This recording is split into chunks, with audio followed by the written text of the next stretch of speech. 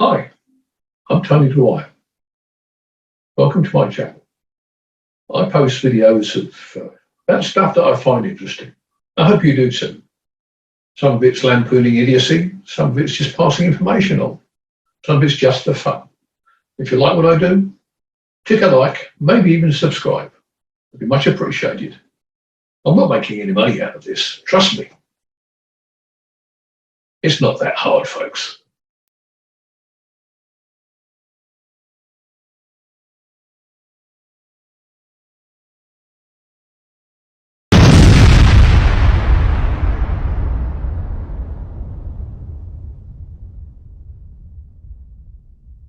Eric Dubay is a prominent flat earther.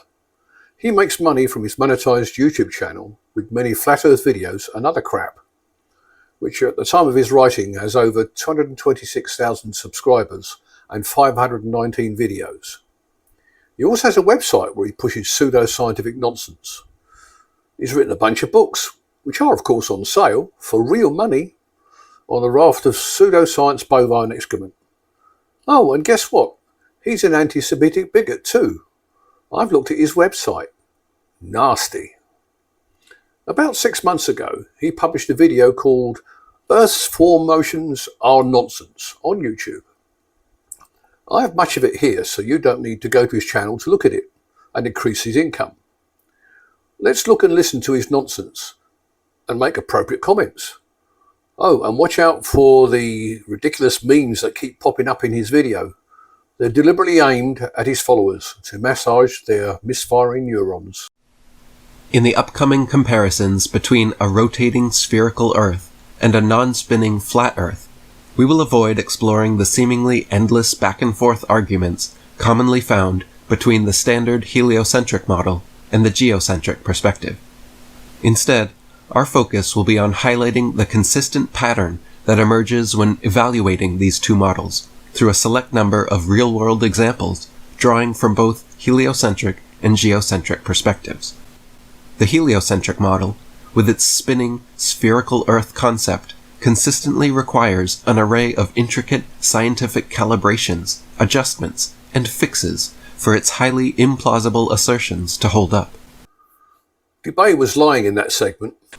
In the upcoming examples and scenarios, we will demonstrate the use of Occam's razor, named after the English Franciscan friar, philosopher, and theologian William of Occam.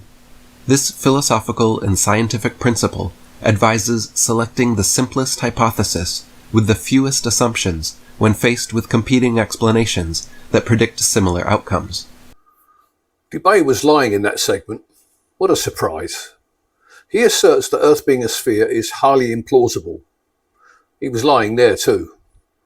All that is required to understand and accept the fact that Earth is a spherical planet is to simply look at the undeniable evidence from multiple sources, such as GPS navigation, yes, the global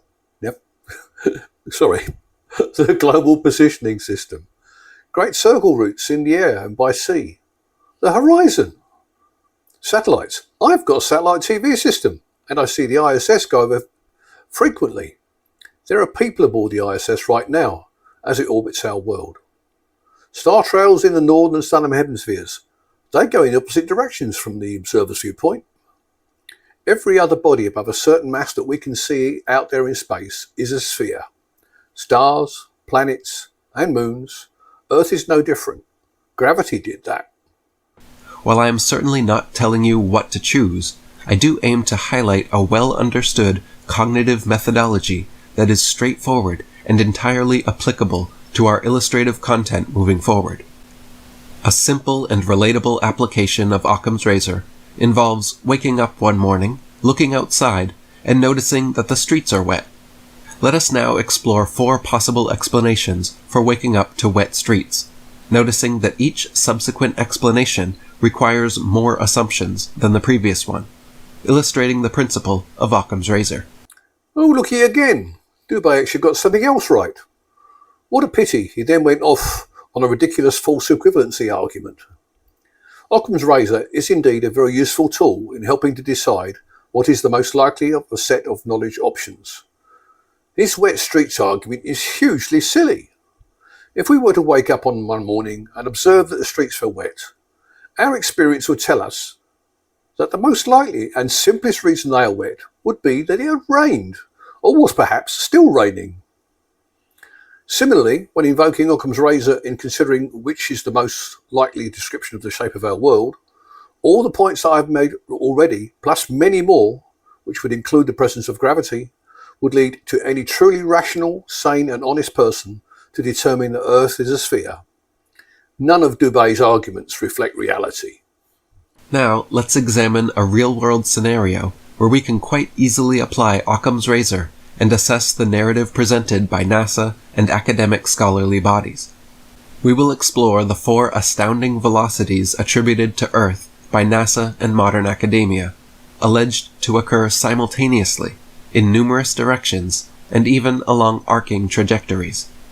Take a moment to decide if these 4 simultaneous and rapid movements seem plausible, considering that we do not perceive any sensation of them happening to us right now. I'm sure that Eric Dubay is aware that with regard to motion, we only feel changes. That is, direct acceleration, which includes slowing down, or changes in angular momentum. We all have the same relative motions. Yes, that plural is deliberate, as our position on our spherical planet. So unless Earth experiences a sudden acceleration or a cosmic jolt, we won't feel a thing. Next, Earth is claimed to orbit the Sun in an elliptical path at about 66,600 miles per hour. Lastly, our entire solar system, which is also in motion, is said to orbit the center of our galaxy at a speed of approximately 514,000 miles per hour. Dubay is attempting to muddy the waters by implying that NASA essentially leads a global conspiracy to convince us that Earth is not flat. That's just too silly. It has been known that Earth is a sphere for well over 2,000 years, long before NASA was a gleam in the American eye. Eratosthenes measured the diameter of our planet over 2,200 years ago, using simple geometry. Dubay implies that motion in multiple directions is impossible. Again, I'm sure that he is aware that its implication is ridiculous. Illustrations of multiple complex motions are easily found. Proving that motion in multiple paths is possible is easy. Dubay should check out the snooker table. Players commonly cause the balls to spin, that is rotate, while also moving in a straight line on the table or even bouncing on it. Then you might consider a cricket ball or a baseball. Cricket bowlers and baseball pitchers commonly spin the ball while it travels in an arc from one perspective, looks from the scene from the side, or a straight line seen looking down the line towards the batsman. They can also cause the ball to curve in 3 dimensions while travelling forward.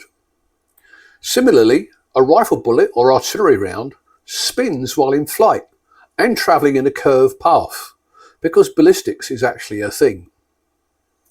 Long-distance rifle and artillery shots must also take Coriolis force into account. On account the Earth is rotating. All these examples also retain the velocities imparted by the Earth's rotation, its orbit about the Sun, and our galactic orbit.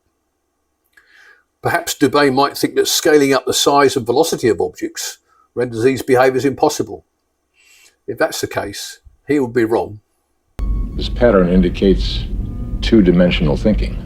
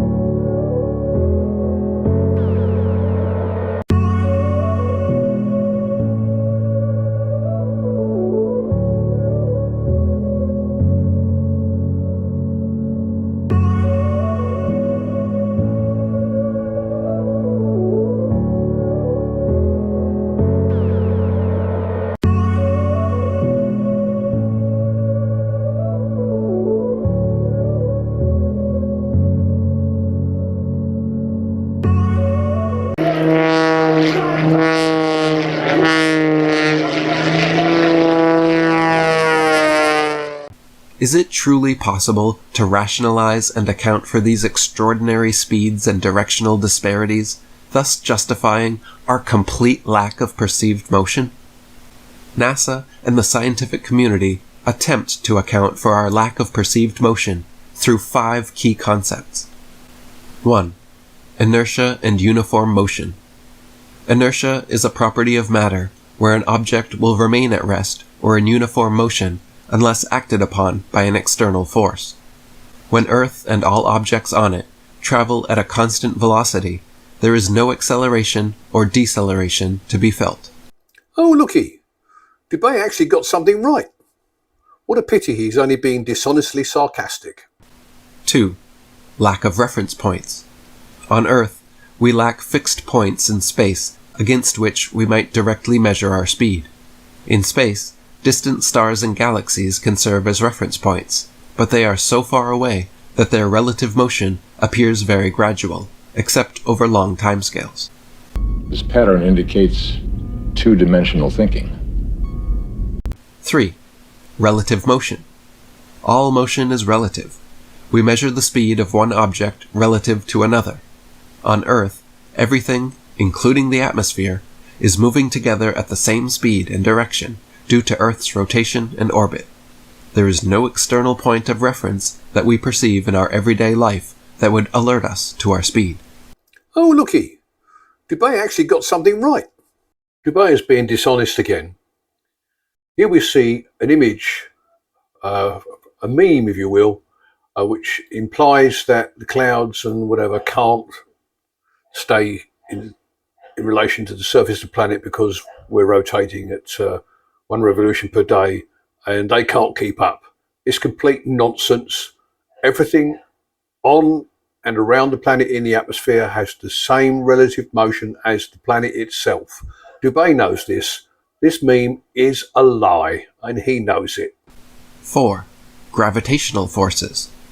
Our entire solar system's movement through the galaxy and the galaxy's movement through space are influenced by gravitational forces, which are smoothly applied and do not result in perceptible changes in speed or direction for those living on Earth. Oh, looky! Dubay actually got something right.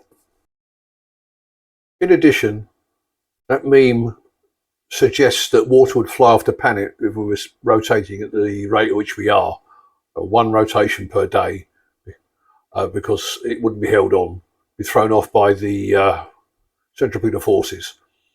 Complete nonsense. Earth is only rotating once a day, not at 1,000 miles per hour.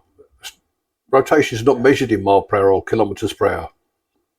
It rotates once on its axis every 24 hours. This yields a vertical acceleration at the equator of 0.0312 meters per second squared, while gravity is applying an acceleration towards the center of the Earth at 9.81 meters per second squared, which is far, far greater. The net effect is that one would feel slightly lighter at the equator than at the North Pole. It won't throw the water off the planet. Dubay is lying yet again. 5. Scale and human perception. The speeds mentioned, like Earth's rotation at 1,000 miles per hour, or the galaxy moving at over 1,000,000 miles per hour, are incredibly vast on a human scale, but space is unimaginably vast. The distances involved dilute our ability to perceive these speeds. For example, despite Earth spinning at 1,000 miles per hour, the large circumference means it takes 24 hours to complete 1 rotation, a rate too slow to feel. Oh, looky! Dubay actually got something right. Although quite sophisticated, these explanations can be overwhelming and difficult to integrate into a coherent understanding. As a result, the official narrative often becomes convoluted, causing many people to stop questioning it due to a sheer lack of comprehension. This presents an excellent opportunity to apply Occam's razor, especially for those now considering the possibility that Earth is not in motion as the simplest explanation.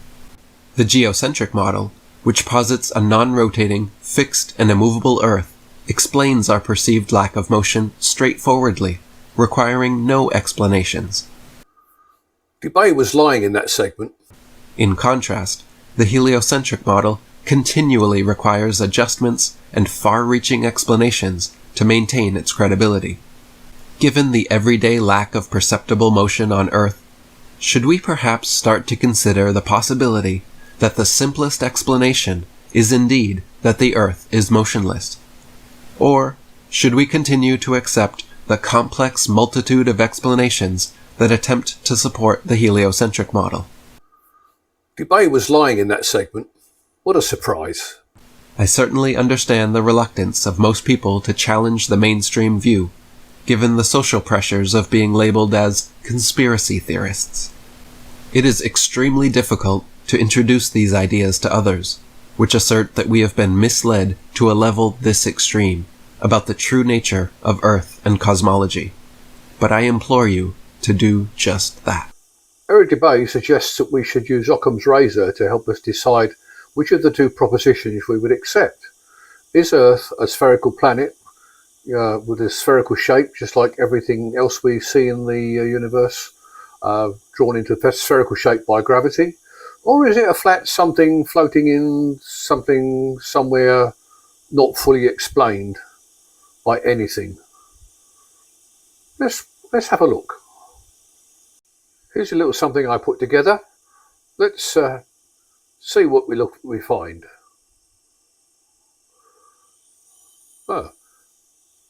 Following is a list of things to consider that don't require scientific knowledge to understand.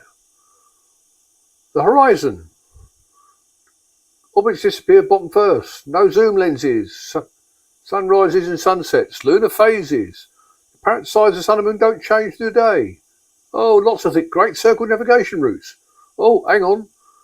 Some stellar constellation only visible in the northern southern hemisphere. More. Oh, global positioning system. Satellite TV. Solar and lunar eclipses. Rocket launches from Florida. The ISS. Eratosthenes again. And my sister in Mexico gets sunrise 9 hours after I do. So, is Earth flat? It looks flat. We don't feel it moving. NASA. Science is hard. Many people refuse to believe and can't understand. The answer's obvious. Earth is not flat. It's not that hard, folks. Try harder next time.